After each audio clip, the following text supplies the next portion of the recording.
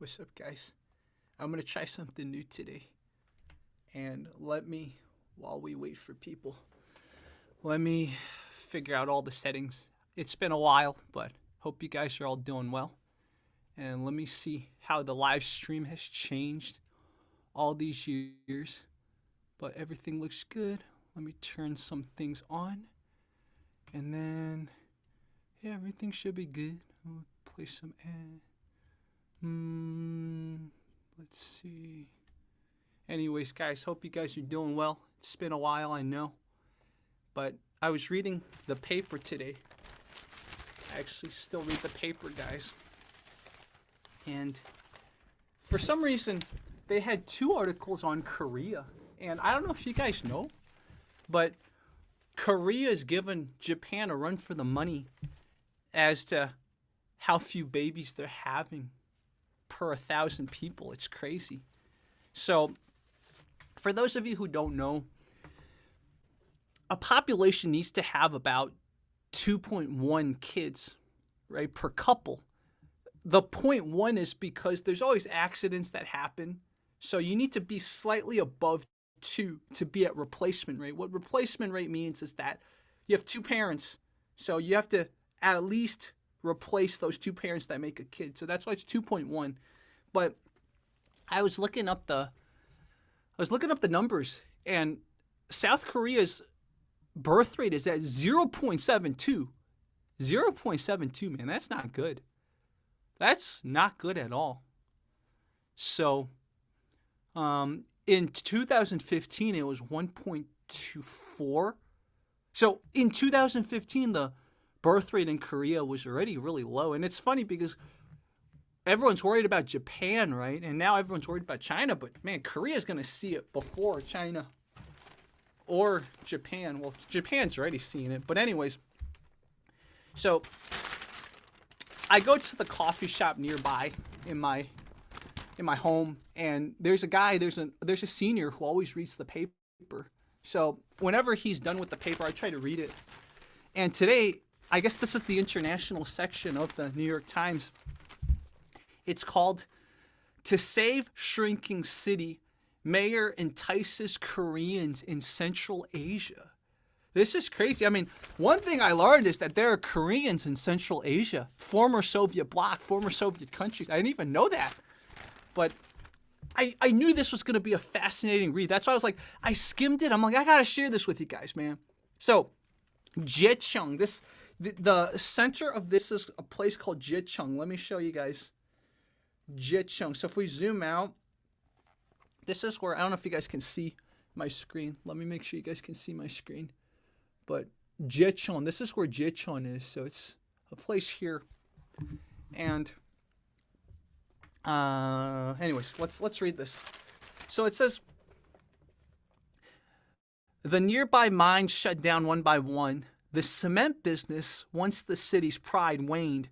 More than a dozen schools closed, as did one of the 2 movie theaters. The second would eventually follow. So this is I guess the reporter's name is Victoria Kim at the New York Times. By the time Kim chang-gyu returned to Jecheon, South Korea, after 4 decades away to become the mayor, his hometown felt resigned to its decline. The town's center was dotted with vacant storefronts, and local businessmen fretted about how tough it was to find workers. Interesting, no workers. Like many small South Korean cities, Jecheon, cradled at the foot of 2 mountain ranges, is being eroded by rapid aging and rock-bottom birth rates. Again, the average in Korea is 0.72. That's a whole spectrum, right? So some of these cities, it might be even lower. So just keep that in mind. 0.72 is an average. So where was I? Here it is. Other shrinking cities have tried offering money to entice newlyweds or free housing to parents of school-aged children. Russia tried that, by the way. Russia tried that when the Soviet Union fell. Russia tried to incentivize them to have babies by paying. So the offering money thing is not anything new. Mr. Kim, a retired diplomat, looked farther afield, Central Asia, and the estimated 500,000 people of Korean descent who have been living there for nearly a century. See, this is something so cool. I didn't know there were 500,000 people of Korean descent in Central Asia. If he could persuade enough of them to move to Jecheong, population 130,000 and shrinking, he thought they might lay the groundwork for its future. Their forebears left the Korean peninsula more than 100 years ago for the eastern edge of Siberia. So there were Koreans living in Siberia. In 1937, the Soviet Union, led by Joseph Stalin, rounded them up and deported them to what is now Uzbekistan, Kazakhstan, and Kyrgyzstan. Wow. Mr. Kim hoped that even if the language and historical connections had faded, the former Soviet Koreans would be more readily accepted than other migrant workers in a country that feels strongly about blood ties, he said. Yeah, I guess Korea's not too pro-immigration, huh? Neither is Japan. So it's pretty interesting. If you look at the pictures, you see that these are Soviet Koreans. These are, their ancestors were Koreans. Like, they definitely look both Central Asian and Korean. You see that? So this is pretty cool. I've never seen like Korean descendants before from Central Asia. So this picture right here, the mayor who's trying to get former Soviet bloc Koreans to come back to Korea. This is crazy. It's like, yeah, I don't know. We'll think about this more after we finish reading this. But I was reading this earlier, and I was like, I gotta share this with you guys. Maybe even hear some of your thoughts. Anyone tuning in right now, today in the paper, there were 2 articles about how the demographic crisis. Demographic means like birth rates, how old people are. So there's a demographic crisis in a lot of the developed world. It's not just Korea. It's literally any country that reaches a certain level of development. For some reason, they just stop having babies. And again, you can't take what I say literally. It's not like they stop having babies, but it's they stop having babies enough to replace their population next generation. So it's something weird.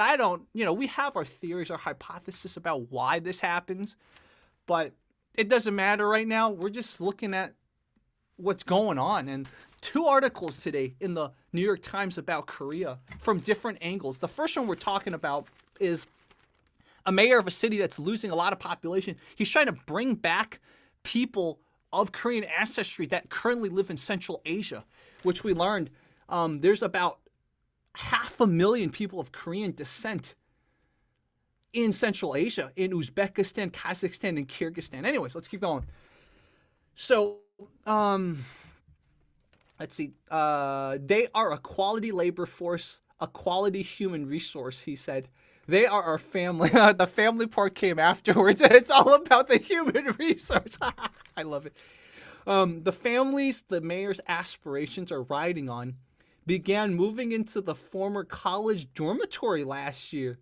There, the city's newest transplants can be found chatting away in Russian over a lunch of Korean knife-cut noodles and kimchi.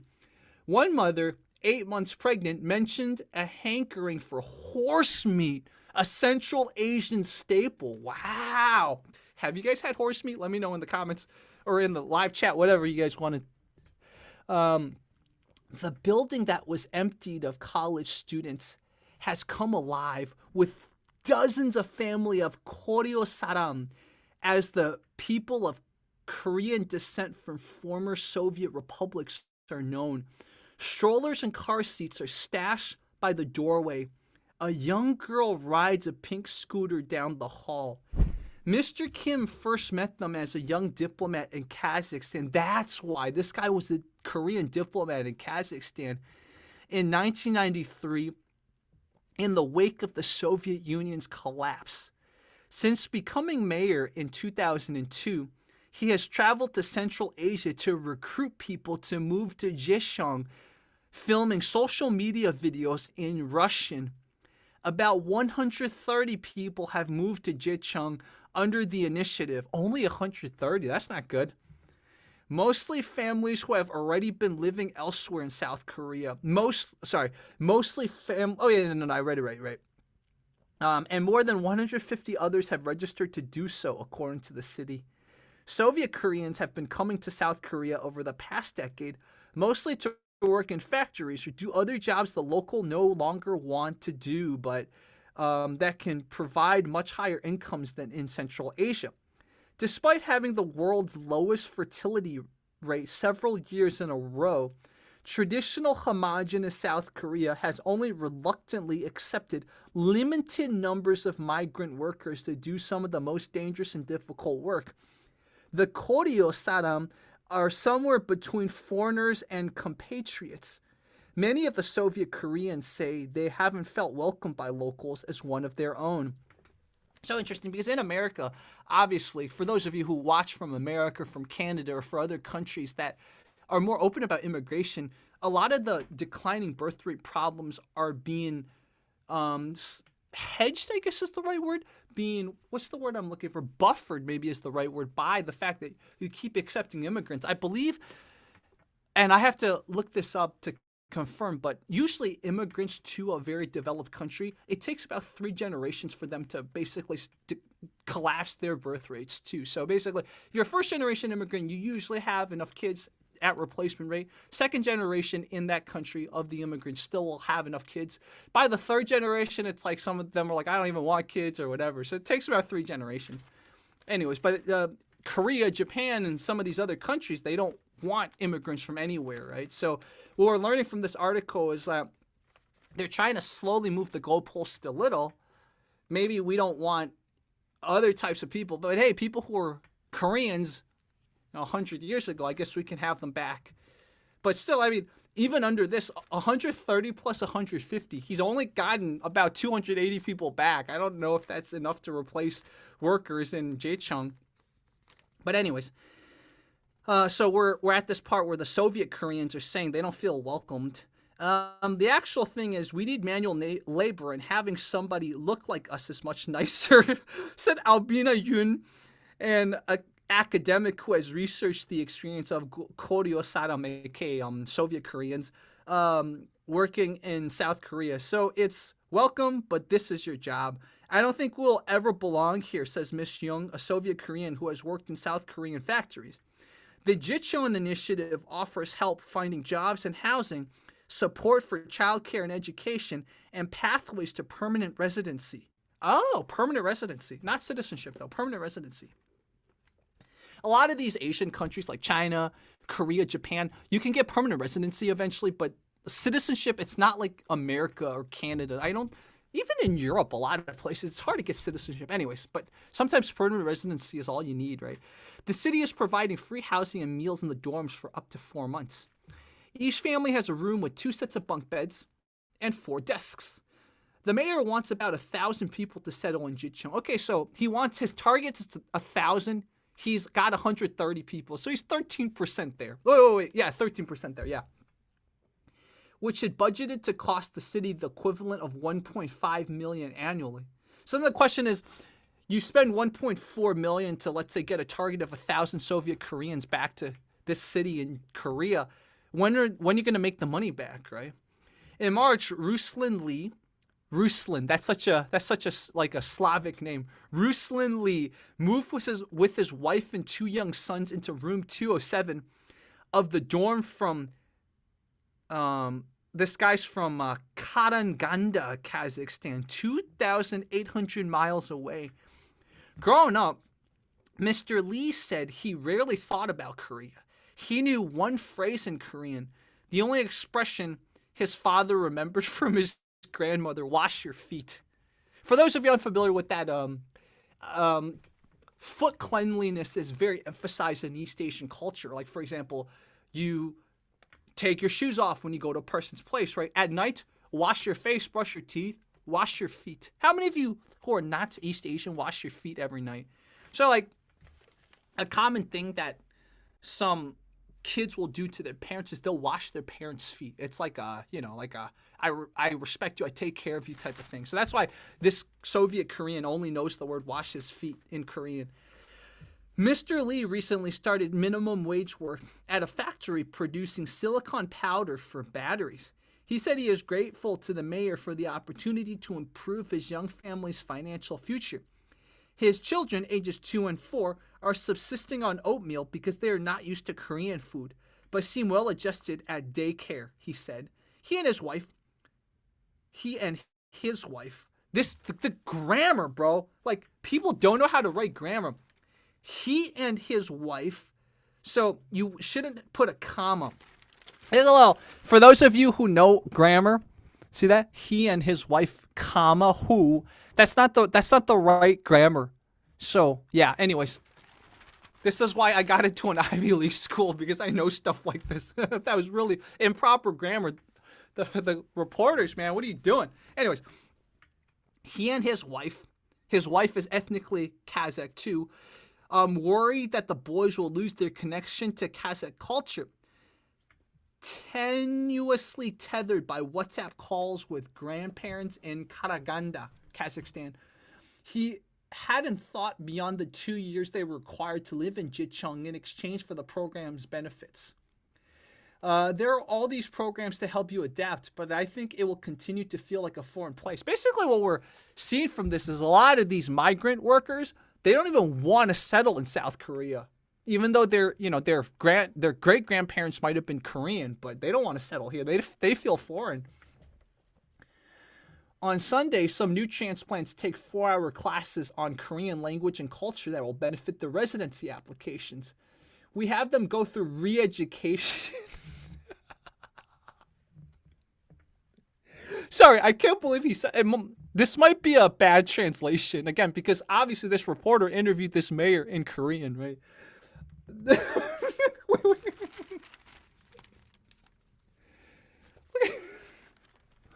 I'm not reading it wrong. Re-education. South Korea, bro. South Korea. You're not too different from North Korea. That's a joke. That's a joke. We have them go through re-education. The mayor said before correcting himself, adjustment education. There we go.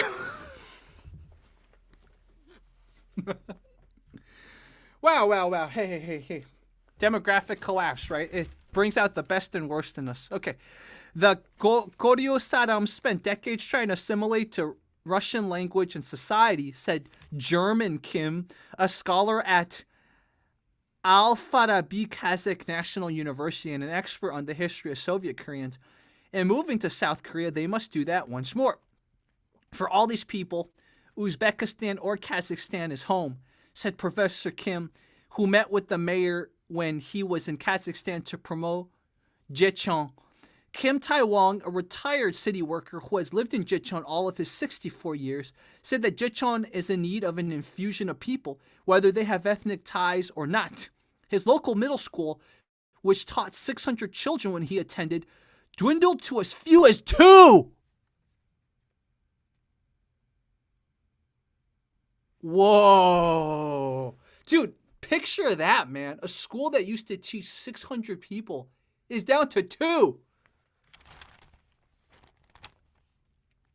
It narrowly averted closure when he and other alumni raised money for cash stipends for students and a screened golf facility and pool table. Wow. You don't understand. Like, you hear numbers, right? Then you hear a middle school that used to have 600 students now has 2 students. Wow. The new residents have begun to make their mark.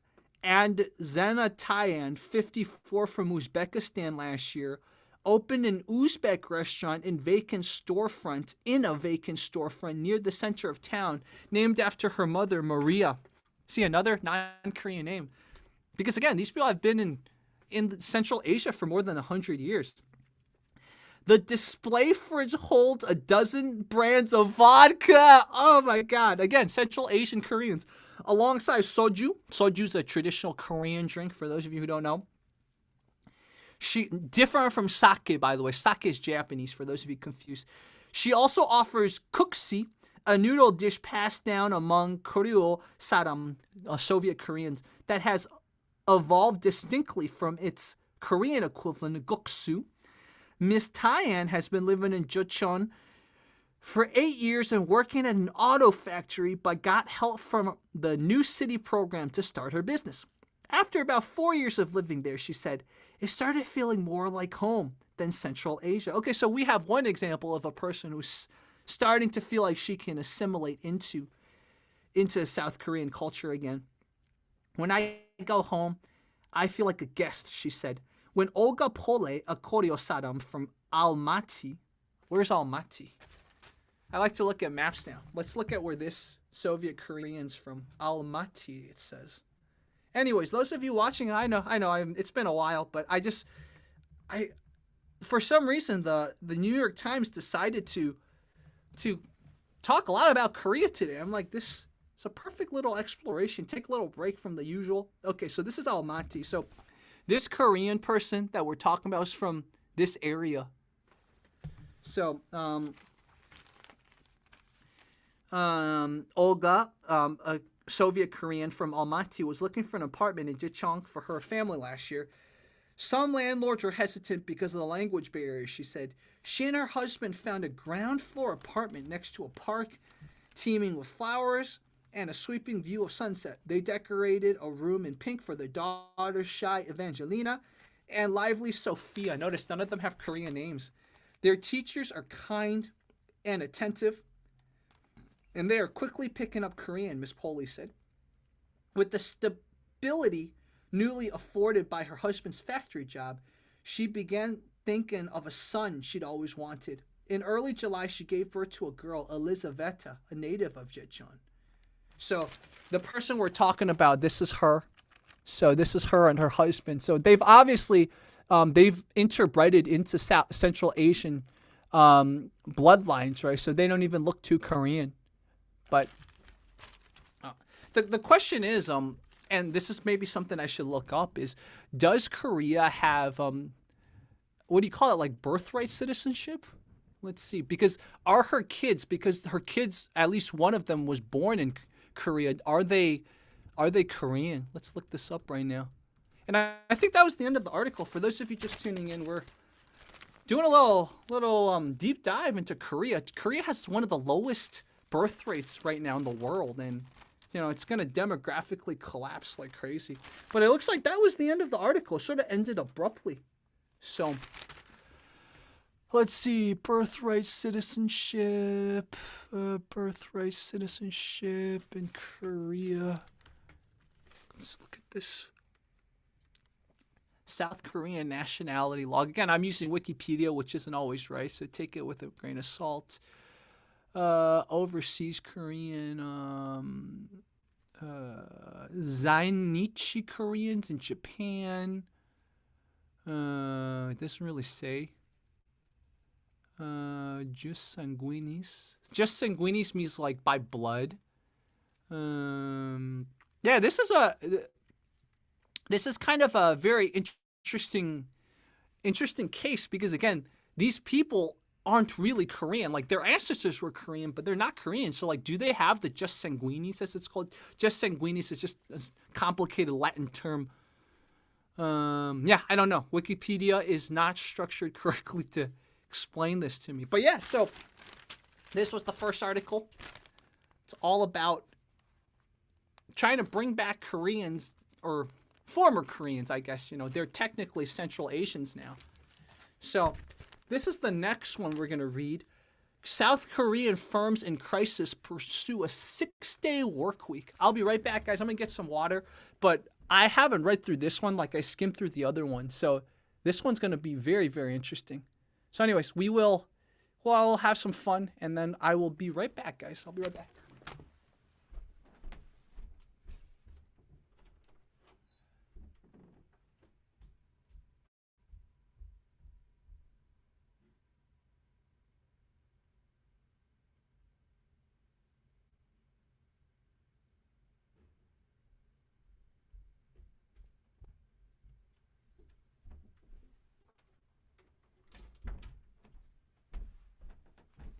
All right, guys, I'm back.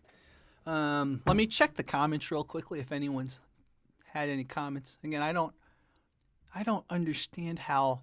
Again, it's been so long since I've live streamed. I don't know.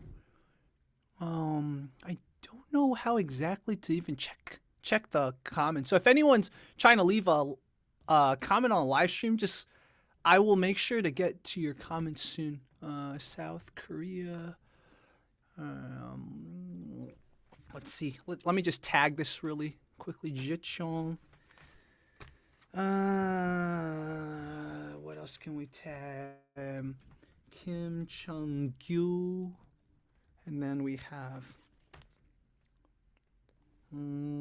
Anyways, we'll look at it later. For those of you tuning in right now, I'm just trying to figure this out. I'm trying to figure out how to work this because it's been a while. There it is. There it is. That's the live control room. Here we are. This is the live control room. James Hillman, shout out James Hillman, says this is a topic that needs a lot more attention given the long run implications. Yep.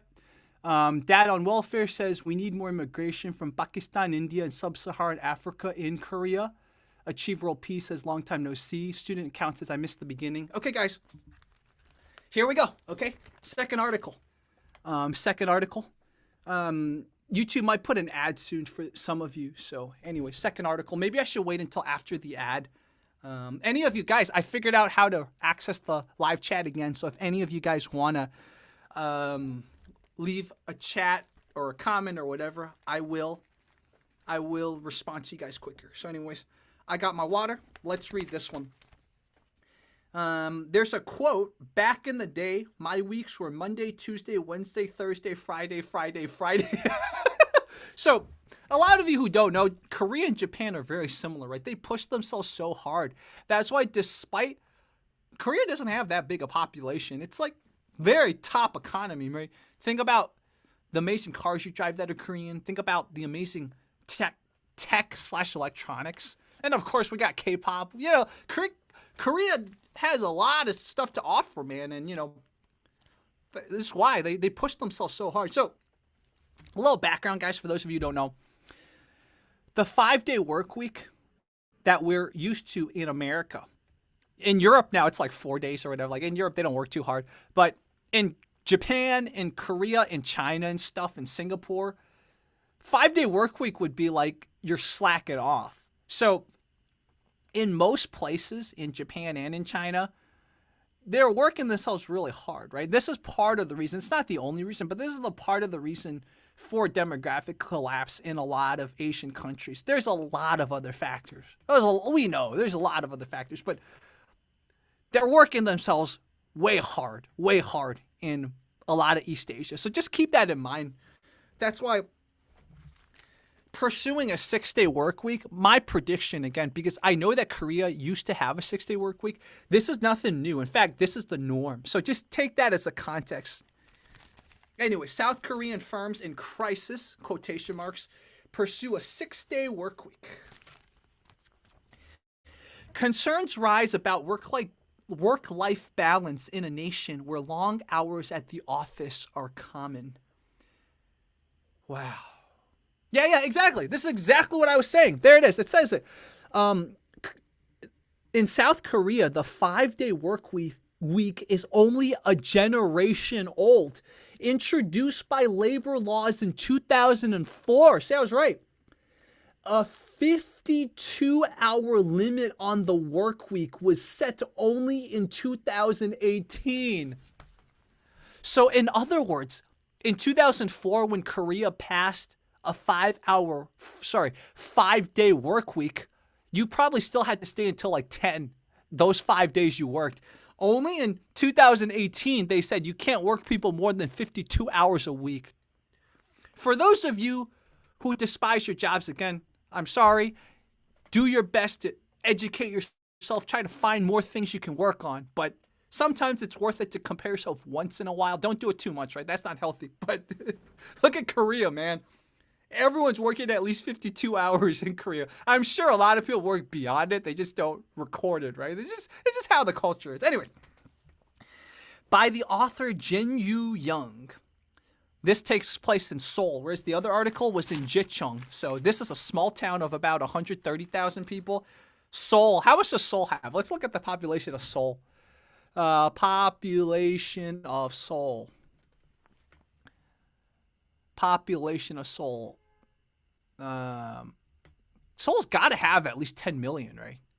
9 million. That was about right. Yeah, Seoul got about 9.6 million. Yeah, exactly.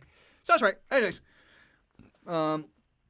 back in the day, said Lim Hyung-kyung, a retired Samsung Electronics executive now in his 70s, my weeks were Monday, Tuesday, Wednesday, Thursday, Friday. That's pretty funny.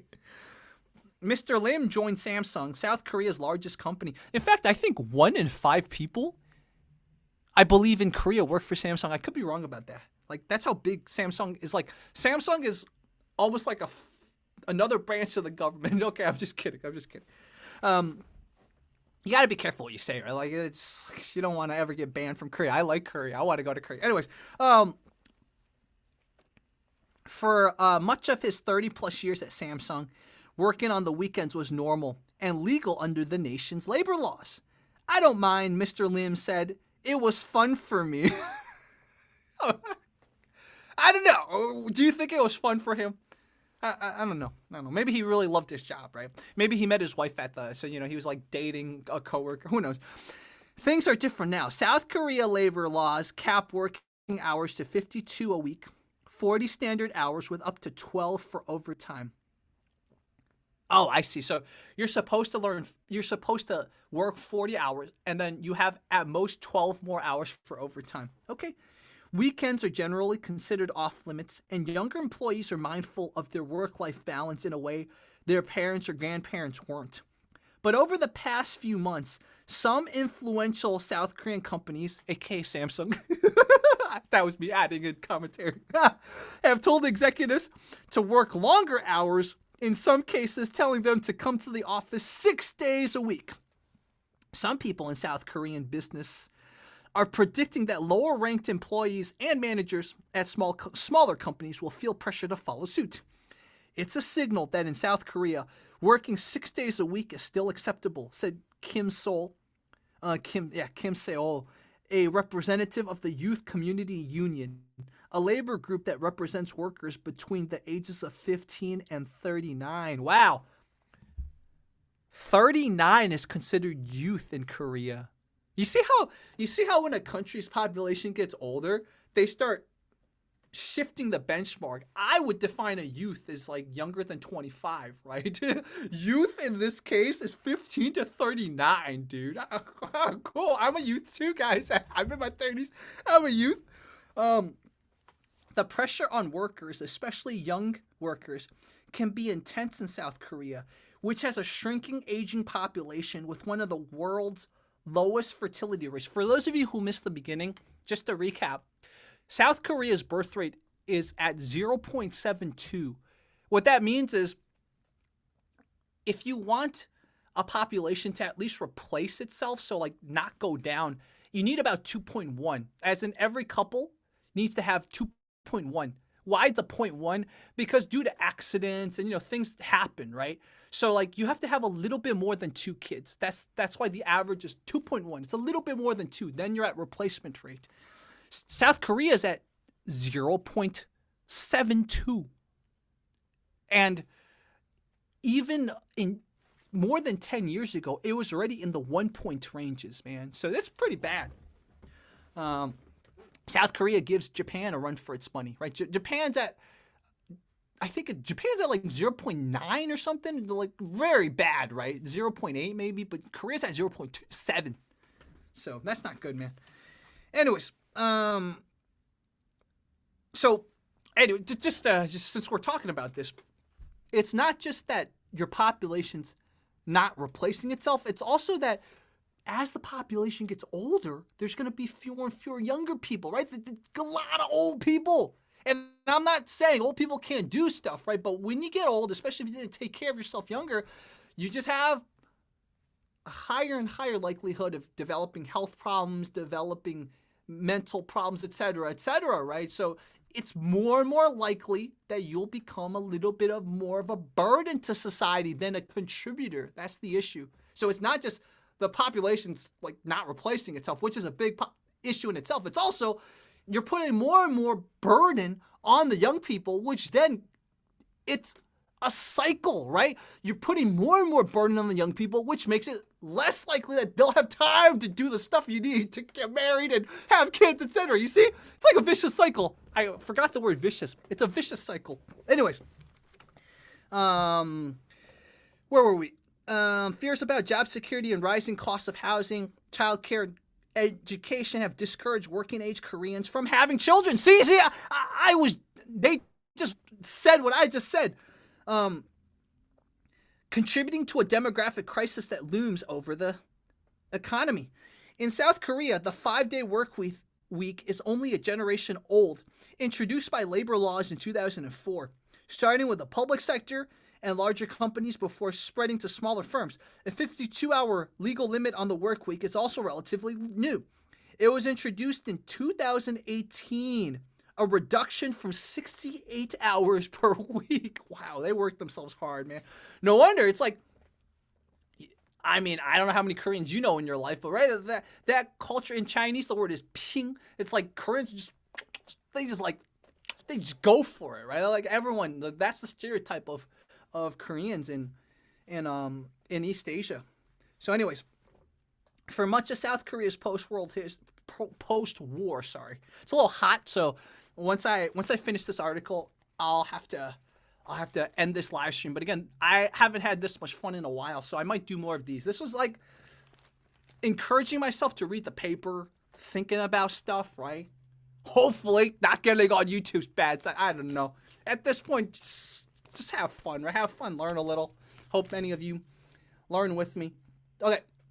For much of South Korea's post-war history, a time of rapid growth and reconstruction, workers were expected to be in the office Monday through Saturday.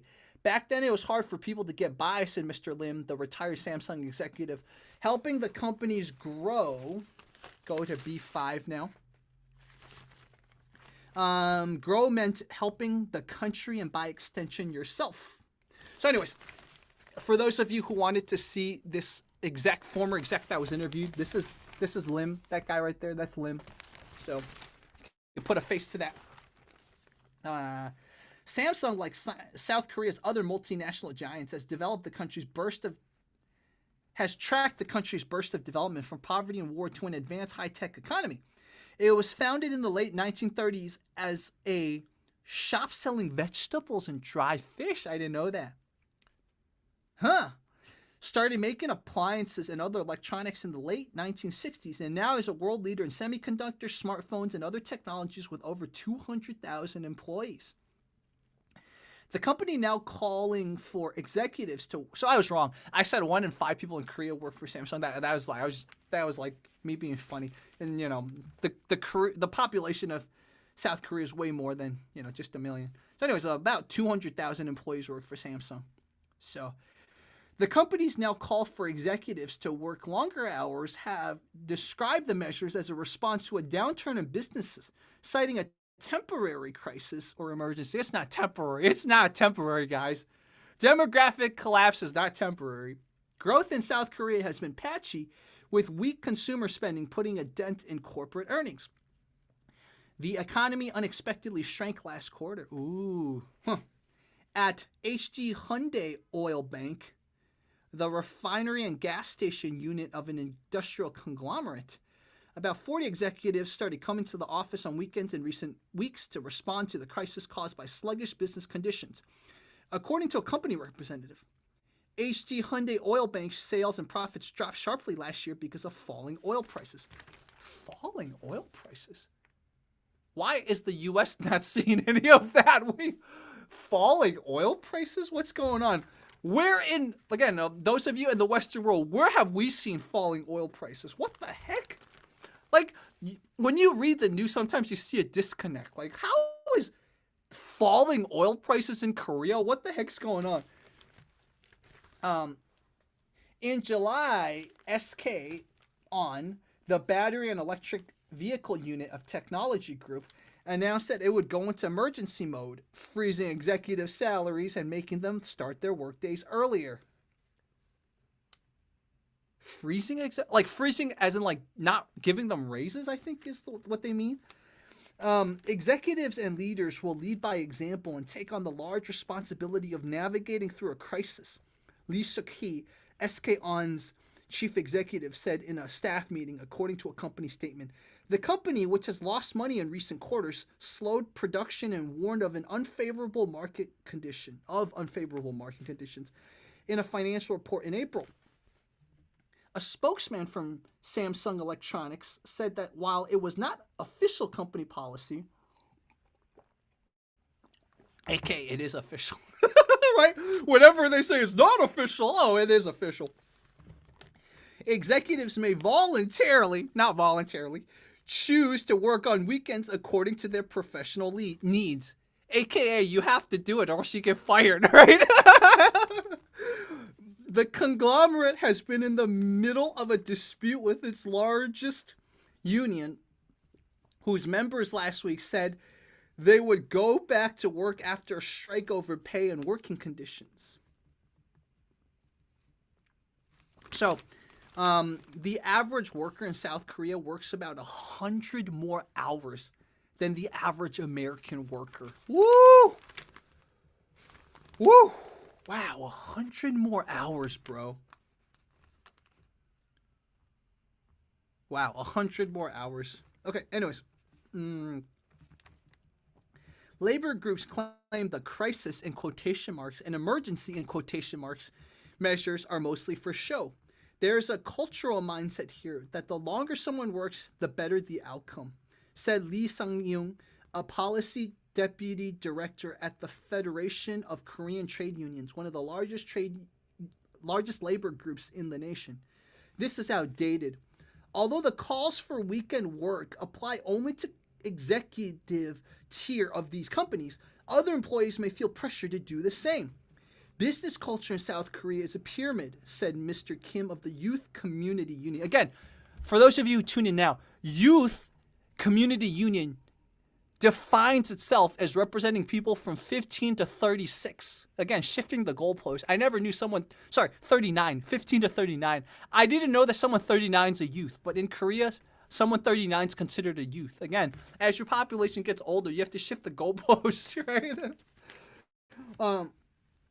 With large companies at the top setting the tone for the country's business culture. What's written in labor laws also does not always reflect the actual experience of employees. Workers in South Korea log some of the highest hours among advanced economies, putting in about 100 hours more per year than the average American worker, according to 2022 data compiled by the Organization for Economic Cooperation and Development. So that's a website that it's an organization that has a website that I should definitely look up. Maybe we can find more stuff to explore together in the future. How do you like that? Young Sung, a consultant in her 20s who lives in Seoul, says she often works 6 days a week when on a project. We consider getting off at 2 or 3 a.m. decent. I need a moment here. Wow. This is what population decline does to you, man. Korea's just at the tip. It's just starting to decline its population. So technically, the word is just demographic crisis or demographic collapse. Let me reread. We consider getting, okay, so she works 6 days a week, okay? 6, this is Chinese for 6, by the way. In Hawaiian, this is like, hey, what's up? This is 6 in Chinese. So 6 days a week, okay? And getting off at 2 a.m. or 3 a.m. is considered decent. She sees friends only once every few months. How's a young person going to date like this? Wow. And her health has been affected by lack of sleep, she added, duh. While she enjoys consulting, everyone, Korea, just like China, is such a shame-based society, right? They can't say the truth. If you're working 6 days a week and getting off at 2 or 3, you don't enjoy it. I'm just gonna call her out on this. While she enjoys consulting, she says she would consider moving to a country where she could have a better work-life balance. Some companies have ways to get companies to put in longer hours, according to Ryu Jae-kang, head of a policy unit at the Federation of Korean Trade Unions. They may pay fixed salaries that already incorporate overtime hours, and not all hours for all types of work may be tracked. The legal reduction of working hours over the years has been a sign of South Korea's development and shift among people to focus more on their personal lives, said Jun Han, a sociology professor at Yonsei University. Last year, President Yoon Suk-yeol, who is considered pro-business, proposed raising the cap on the work week to 69 hours. 69, So from 62 to 69, that's what this professor is proposing. It faced a backlash from the public and opposition political parties, and the president withdrew the plan. Some are pushing to reduce working hours. A 4-day work week was part of the platforms of some politicians running in the nation's April parliamentary elections. In June, the government launched a work-life balance committee charged with exploring more flexible working practices. Times are changing, said Mr. Han of Yonsei University. Young people don't want to be slaves to their company anymore. There we go, guys. The Korea edition of the New York Times. I mean, I'm really glad. I like, sometimes this is why this channel blew up back in the day, because I love telling stories, right? Like, you hear these stories. That's how you kind of see things in perspective, man. Jeez. That's crazy, man. So, let's summarize this, okay? Back in the day in Korea, back in the day as in pre-2014, the work week for most people was Monday, Tuesday, Wednesday, Thursday, Friday, right? 2004, they adopted a 60 or 72 hour cap for their work week, 5 days a week. And then it got reduced down to 52 hours in 2018. But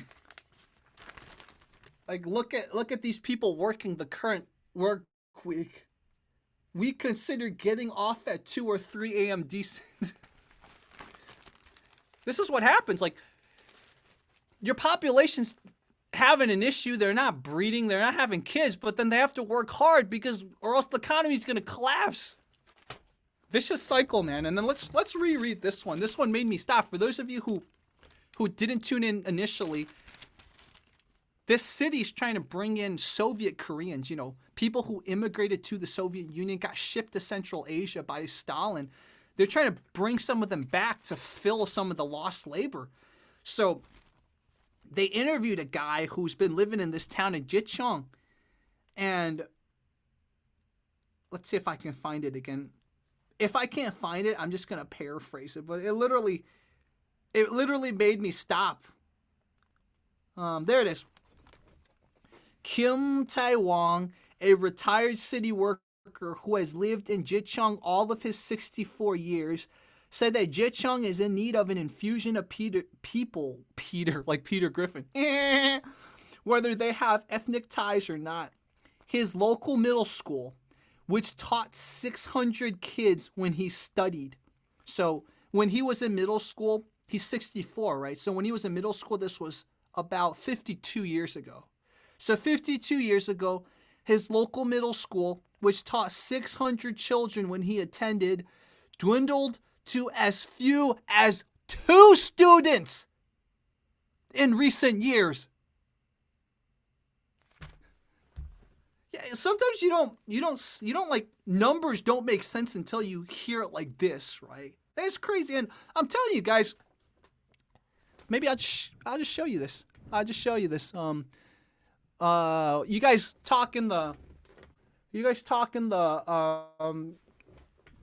comment section or whatever, the live chat. There's a really cool graph. It's looking at demographic trends of basically countries that are developed, developing, not developed. And what you see is no matter where they are, they reach a certain point and then the birth rate drops. It's like something about society. And again, when I first started making videos on this channel in 2016, remember we talked about, we didn't officially talk about it, but a lot of you guys talked about the mouse utopia, right? There's a logical fallacy. You don't necessarily want to use analogies from nature, right? Because rats, monkeys, etc. are very different in brain complexity compared to humans.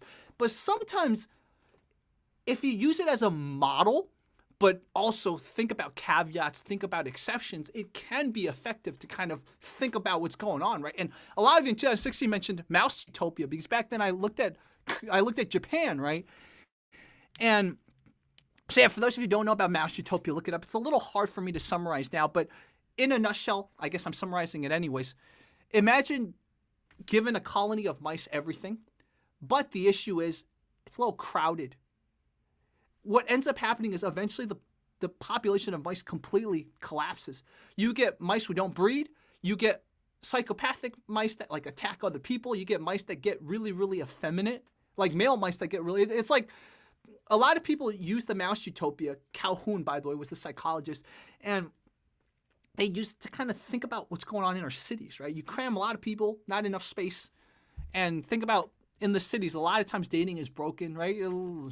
Yeah, anyways, you guys look up mouse utopia. Let me find the demographic figures. Demographic trends of nations. Let's see. Population migration data. Maybe this one, the United Nations Population Fund. Let me see if this is the one. There's one that plotted it really well. And I wish I could find it for you guys, because sometimes you need to see it visually. The point of me trying to find this for you guys is that it's not just Japan or Korea or former Soviet countries or whatever. Like, let's see if this is demographic change. Come on. If I can't find it within the next 2 minutes, I'm just gonna end it here, because it was like a specific chart. Actually, I have the chart with me. I have the chart with me. There we go. Okay. Let's see if I can find the chart. I screenshotted the chart. Demographics. Is this one? Yeah, I found it, guys. There we go. Found it. Okay, here we go. All right. Let me screenshot this for you guys. Hopefully you guys can see this. Do you guys see this? Okay. So, check this out, okay?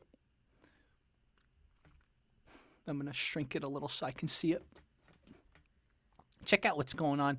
So, what you have to look is at the horizontal axis, right? Going left to right. This is what their birth rate was in 2021, okay? Vertical axis, as in going up and down, this is what their birth rate is or will be in the next century, basically. So basically the reason I got distracted, guys, is I'm trying to make sure that you guys see what I'm seeing. So I hope you guys see. Anyways, so let's go. Let me know if you guys can see what I'm seeing. I really hope you guys can see what I'm seeing. So you guys in the comments, let us know. Let me know if you guys can see what I'm seeing. Okay. So do you guys want me to break this down? Let me break this down for you guys, okay? So if you look now, you see that vertical line that's at 2.1? You see? That's replacement rate, right? A lot of countries are above replacement rate. Again, go right of 2.1. You see? Zimbabwe, Burkina Faso, Somalia, Niger, Chad, Tonga, Israel, Egypt, Tajikistan, India, USA, China aren't, right? Like USA, the exception is because it's the USA has a lot of immigration, right? But like India's not even at a replacement rate anymore. So like India surpassed China, but India is this population is going to keep growing, basically, and it's going to slowly one day decline. So now we go, you see this other line, 2.1, going up and down, this 2.1. What you can see here is even the countries now, like Tajikistan, Tonga, Samoa, Somalia, those countries will still, in a century, be above replacement rate. But look at all the countries below that 2.1 vertically. You see? All those countries, so the majority of countries now that are above replacement rate, in a century, they're not going to be above replacement rate. You see that? So think about that. Again, currently there's a lot of countries, right, developing, maybe not even developed countries that are having kids above replacement rate, 2.1. But in a century, current trends, very few countries are going to be above replacement rate. Even the countries now that you consider third world or developing, whatever word you want to use, in a century, they're not going to be having enough babies.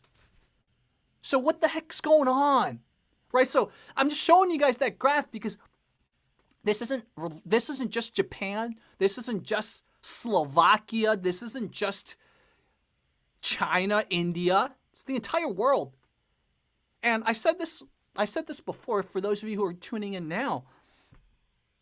Even in immigrant communities, by the third generation, so like immigrant communities in Germany or UK or America, by the third generation, usually the birth rates level out to the point where it's not even at replacement rate anymore. So it's not like one culture, one group just has a lot. It's just something related to a lot of issues. And, I'll take the last 5 minutes since I see that in the live chats we have a lot of discussion. Let's read some of your thoughts on this. I've given you some crazy reports, very enlightening from Korea. Let's read your comments. I'll end this off by reading your comments. So, let's see. We have an African viewer who says, as an African who is suffering from the opposite of what Korea is facing, I think religion and politics play which is interesting, guys. Korea is a very Protestant Christian country too, right? Korea is a very Christian country. So religion doesn't seem to be the mediating or moderating factor to have them have more kids. The unfortunate truth is, if you're afraid of where you're going to have money to pay rent next, sometimes religion takes a back seat, right? So even if by name Koreans are very religious and obviously be fruitful and multiply, right, like they say in the Bible, but if you're working until 2 or 3 a.m. every day and the government is probably going to make it a 6-day work week again, the whole trying to fulfill what the Bible tells you to do is going to be a little hard, right? Viewer May says the problem is not just work-life balance, it's complicated, and there are many factors. But one is exceptions. You cannot expect to have kids and maintain the same lifestyle. That's unreasonable. That's a good point by May, right? Support structure. Obviously, just parents, this is just the truth. You know it as much as I do. The happiness of parents declines and never goes back to before you have a kid. That's not saying having kids is not worth it or having kids is like not good, right? For obvious reasons, you need kids for society to progress. But your quality of life is going to diminish. And if you don't have a support structure, which, again, we have an example here. We literally just write an example. That lady, besides getting home at 2 to 3, she makes time for friends once a few months, dude. How is she going to have a support structure to help her raise kids, right? I know a lot of my neighbors, and I don't babysit their kids, but sometimes I'll hang out with them, right? They'll be like, oh, hey, thank you for entertaining our kid, right? If you don't have a network like that, in-laws, you got your grandparents helping out, like, how are you going to have kids? So, good comments by May. Obsolete Professor, my man, Obsolete Professor. I love that guy. I love Obsolete Professor. Obsolete Professor's dad was at the 38th parallel. Oh, his dad fought in the Korean War. Wow.